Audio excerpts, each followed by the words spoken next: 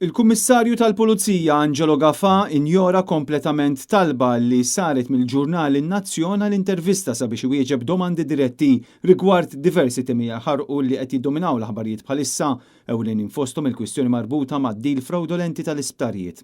Il-ħamis wara nofsinhar In-Nazzjon bat talba l-intervista direttament mal-Kummissarju tal-Pulizija, iżda wara jumejn din it-talba baqgħet mhix imwieġba. Mill-Kummissarju jżomm skit assolut dwar il-każ ta' Vital Su Stewart u diversi kwistjonijiet oħrajn li huma kurrenti. Fost id-domandi li għandu jwieġeb għalihom Angelo Gafà hemm dawk relatati mal-akkużi ta' intħil politiku u l-pressjoni kontinwa li qed issir minn Kastilja. Hemm ukoll domandi li għadhom pendenti rigward il-fatt li l-persuni msemmija fis-sentenza tal-qorti dwar id-dil tal-isptarijiet għadhom ma ġewx investigati.